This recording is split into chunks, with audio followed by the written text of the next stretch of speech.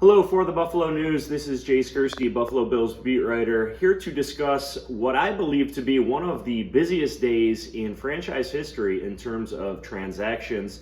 General Manager Brandon Beane made a total of 12 moves on Wednesday, a number of them, of course, with an eye toward getting under the salary cap, which Beane needs to do by next week and the start of the new NFL league year. Along with that comes some painful decisions, and that was certainly the case for the Bills and their fans on Wednesday. A total of 6 players released by Brandon Beane. Center Mitch Morse, safety Jordan Poyer, wide receiver Deontay Hardy, running back Nyheim Hines, cornerback Siran Neal, and perhaps most painful of all, cornerback Tre'Davious White with a June 1st designation.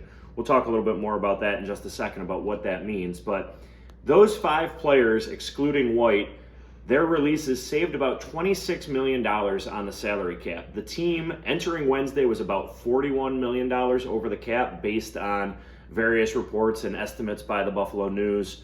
So those releases did a lot of work toward getting the Bills under the cap. Along with those releases of players, we also got news that Von Miller took a pay cut, a substantial one at that, nearly $9 million. The team also reworked the contract of Rasul Douglas, saving another $2.5 million.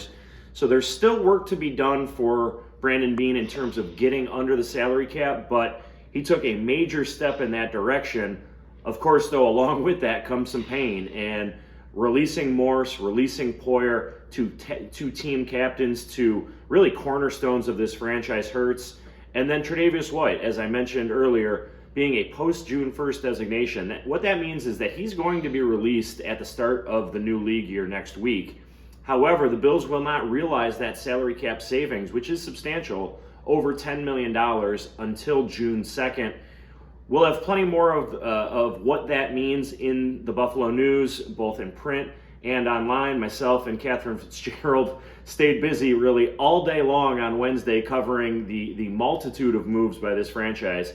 So make sure that you're reading all of those stories to get a more in-depth feel on what each of them means for the franchise. For the Buffalo News, I'm Jay Skurski.